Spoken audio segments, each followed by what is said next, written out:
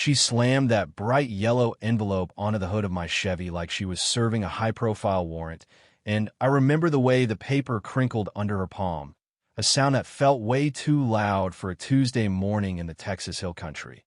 While she just stood there, sunglasses on, chin tilted back like she was the sheriff of the entire county instead of just the president of a suburban housing board. Her name was Beatrice, and she didn't oppose. T just walk. She marched, always dressed in those stiff, color-coordinated blouses that looked like they'd been starched with pure spite, and that morning she had 6 of her board members trailing behind her like a funeral procession, except they were carrying clipboards and a pair of industrial bolt cutters that glinted in the sun just enough to make my stomach turn. Beatrice didn't oppose. T waste time with and, quote, hello, and quote, or and, quote, how an oppose, s your morning, and quote. She just barked at me to pay my $100,000 in back dues, or they'd be placing a lien on my ranch by Friday. And I just stood there, leaning against my truck, looking at this woman who had somehow convinced herself that the 300 acres my grandfather bought with his Army severance pay in 1952 was suddenly part of her manicured little kingdom with its beige houses and rules about how long your grass can be. The thing is, my ranch, the Ironwood, doesn't oppose. T just sit on a piece of dirt. It sits on legacy, on the sweat of a man who survived the Ardennes only to come home and find peace in the silence of these cedars. And I'd spent my own time in the service, 12 years as a combat engineer, learning that boundaries aren't just lines on a map. They're the difference between safety and a disaster. So when Beatrice pointed toward my perimeter fence and told her handyman to, end quote, get the cutters ready, end quote, I didn't oppose. To get angry, not yet. I just felt this cold, steady clarity settle in my chest, the kind you get right before a breach. I knew something she didn't oppose. Something buried deep in the county records and the federal agricultural statutes that protect land like mine. And as I reached into my pocket to hit record on my phone, I realized this wasn't oppose. Just a neighborhood spat.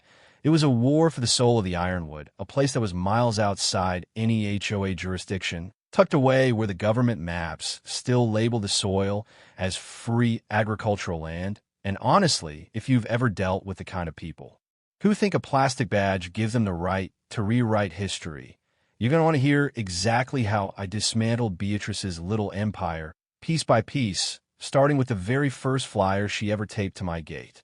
I grew up learning to read the land long before I could read a blueprint, spending my summers following my grandfather through the brush, watching the way he'd touch a fence post or check a creek bed with a kind of reverence that stayed with me through every deployment. And he always told me that, end quote, land remembers who respects it, end quote. A phrase I didn't oppose. T fully grasped until I came back from my last tour with a head full of shadows and a craving for silence, so deep it could drown out the ringing in my ears. The Ironwood was my sanctuary, a place where the wind through the dry grass sounds like breath and the creak of the old windmill is the only clock you need. So when those HOA flyers started appearing, it felt like a mosquito landing on a sleeping lion. Just a minor annoyance at first. A clerical error I assumed would fix itself once they realized I was 4 miles past their last paved road. But Beatrice wasn't oppose. Looking for a mistake. She was looking for a rescue because, as I found out later through some quiet conversations at the feed store, her, end quote, Whispering Pines, end quote, association was hemorrhaging cash after a series of disastrous, end quote, beautification projects, end quote, and a failed community gym that ended up being nothing but a concrete pit and a pile of lawsuits. And she saw my mortgage-free, 300-acre ranch as the ultimate taxable trophy, a way to refill her coffers without having to hike the fees on her already angry residents. She started small with, end quote, courtesy notices, end quote, about my cattle being, end quote, unapproved livestock, end quote, and my barn's weatherwood being, end quote, visual nuisance, end quote, which made me laugh because my barn has been that exact shade of sunset red since the Eisenhower administration, and you can't even see it from the nearest HOA rooftop unless you're using a high-powered telescope or, as I soon discovered, a drone.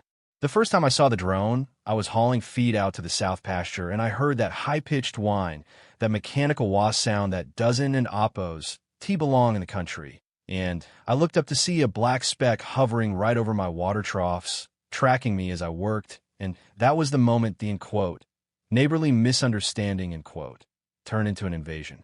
I felt that old military reflex kick in, that prickling on the back of your neck when you know you're being targeted, and it wasn't Oppos. Just drones, it was cars idling at the end of my gravel drive at dusk, tinted windows rolled up, people taking photos of my fence lines and mapping my property like they were preparing for a tactical entry. And it was all orchestrated by Beatrice, who was busy telling everyone at the local bakery that I was a, quote, reclusive squatter, end quote, who owed years of back dues and was single-handedly tanking the property values of the entire county.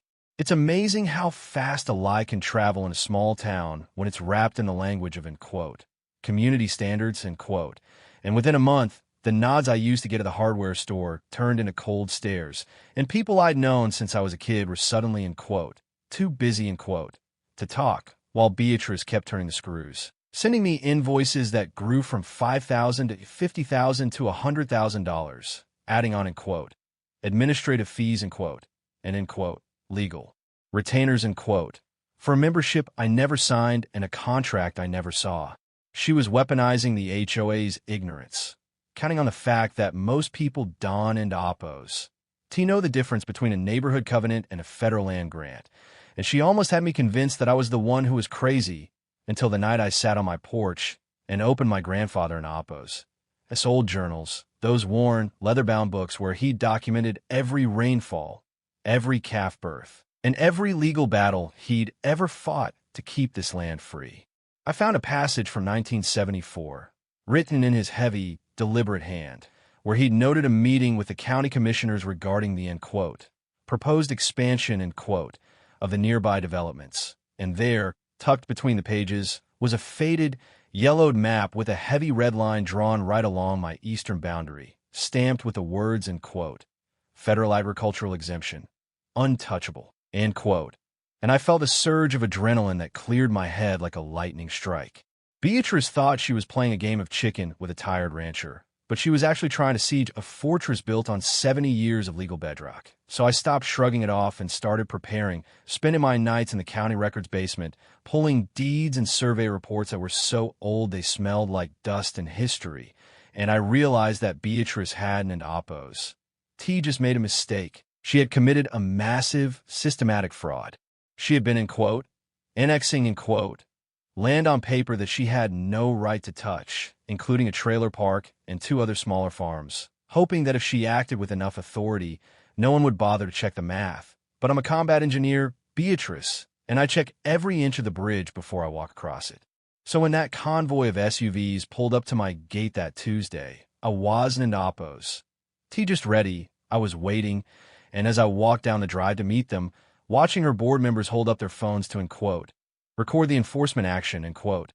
I almost felt sorry for them because they were about to document the exact moment their lives fell apart. End quote. This is your final warning, Mr. Sterling, end quote. Beatrice shouted, her voice shaking with a mix of anger and performance, end quote. This fence is an unauthorized barrier on HOA common space, and we are here to reclaim the access points as per the 2022 board resolution, end quote. I just looked at her, then at the man with the bolt cutters, a guy named Gary who looked like he'd rather be anywhere else on earth. And I said, end quote, Gary, if you touch that wire, you're not just committing property damage, you're committing a felony on federal agricultural land. And I've got the sheriff on speed dial, so you might want to think real hard about who's paying your bail, end quote. Beatrice scoffed a sharp, ugly sound and told me to stop, end quote, playing soldier, end quote, claiming that her, end quote, updated map, end quote, showed my property was integrated into the Whispering Pines master plan 3 years ago. So I just reached into the folder I was carrying and pulled out the 1961 original survey, the one with the county seal that looked like it had been carved in stone. End quote. This map says your jurisdiction ends at the creek, Beatrice, which is about 4,000 feet behind you, end quote. I said, my voice as calm as the morning air, end quote. And this deed right here, the one signed by the Department of the Interior, says this land is exempt from any and all local covenants or private associations in perpetuity, end quote. The silence that followed was so heavy you could hear the grasshoppers in the field, and I watched the color drain out of Beatrice's face, turning her from a queen to a ghost in about 5 seconds. while our board members started glancing at each other, their phones slowly dipping toward the ground as the reality of the situation began to sink in. End quote. We have paperwork, end quote. She stammered, but it was weak. The sound of a woman who knew her house of cards was caught in a gale, and just as she started to try and argue, the sound of tires on gravel announced the arrival of Sheriff Miller, a man who had gone to high school with my father and had absolutely zero patience for, end quote, city politics, end quote, spilling into his county.